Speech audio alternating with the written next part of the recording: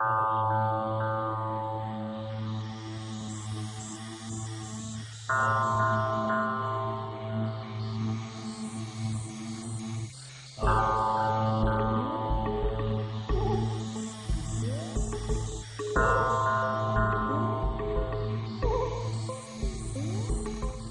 Titanic has hit the iceberg and it's starting to sink.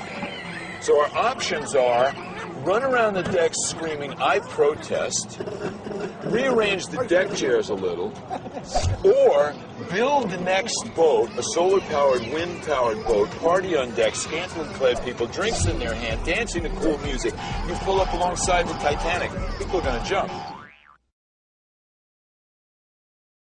Transnational corporations are not into local control. They come into your economy, your local economy, or your country only on the presupposition that they can take out more wealth than they put in. Otherwise, why would they do it? It's not a charity. It's a profit-making operation. That's an extractive model. It's a colonial model. They want to take away more wealth than they put in. If you say to people, should we subordinate the life cycle to the money cycle, or should we subordinate the money cycle to the life cycle, what are they going to say? So automatically from the grassroots you get these efforts to keep them out.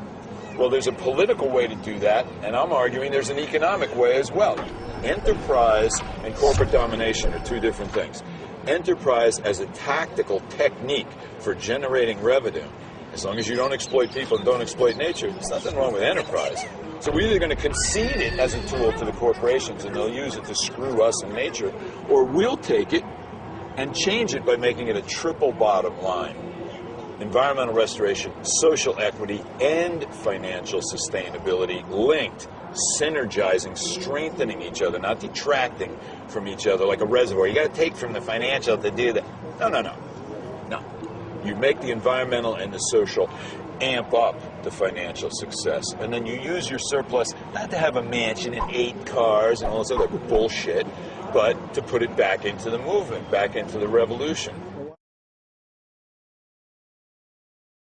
Affordable housing for teachers and a green community development center with green retail, city offices around environmental stuff, education space, restaurant, clean tech incubator, all in one large commercial building. Subsidized rent for teachers allows us to train the trainers on site, and then they take that green education out into the school system. It's like software. The first one costs you $1 million. Each one after that costs you 10 cents. It's not exactly like that, but you take that learning from that first one. You go to local people. After we do San Francisco, we go to Oakland, Sacramento, Eureka, Santa Barbara, start with California, start rolling these buildings out, and then we go to a Google or a Yahoo or an eBay and say, look, you got a great internet model, you don't have a real estate model. You need a real estate model. So we'll create the building where everybody knows that's the green economy building. All cities have unused property and they have trouble attracting and retaining teachers. The wages are here and the housing costs are here. So in San Francisco, we have teachers drive 2 hours to get to their school. They're tired when they get there. You give them a rent subsidy, you can remunerate them better with a rent subsidy than salary increase because the salary is taxed. You create a platform where it's affordable for you and him and her and all these different groups to come in, but it generates enough revenue to cover all the costs of it.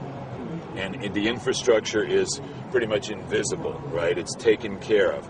The garbage, the waste, the recycling, all that, it's so well organized that it runs almost like a mechanism. So you're solving a bunch of problems all at the same time with one building designed at super green, above platinum LEED level. You know, the mayor of Salt Lake City, Utah, it's a Republican state. Mayor of Salt Lake City, Rocky Anderson, comes to power. He goes, we're going to do sustainability. Trap the methane at the sewage plant and the solid waste treatment plant and use that methane to power generators that provide the electricity for that facility. Switch out all the traffic lights with the LED lights. Change all the vehicles. Change all the light bulbs. Insulate the buildings. Green, you know, you pass laws that say any new buildings have to be at these green standards. Mayors can do that. And it doesn't get on the corporate media, ABC, CNN, CBS. because who's their advertisers? Where are they getting? They're getting their money from the big auto companies and Exxon Mobil. And all. They don't want to see some alternative economy garbage at the local level, local control. We have the facts on our side, and we have moral authority on our side. We're the ones that want to feed all the children and have no homelessness. The other side, they have guns and money. They have the monopoly of power with guns and money. Okay, so I'm God, and I'm dealing out the cards to you, and you can either have facts and moral authority or guns and money. Which are you going to take? You're going to take facts and moral authority because that's truth. Integrate Earth, recognize potential. Crisis brings opportunity. Are you waiting to be saved, or will you make yourself free? Awaken to essential, time, second mental. Integrate Earth, recognize potential.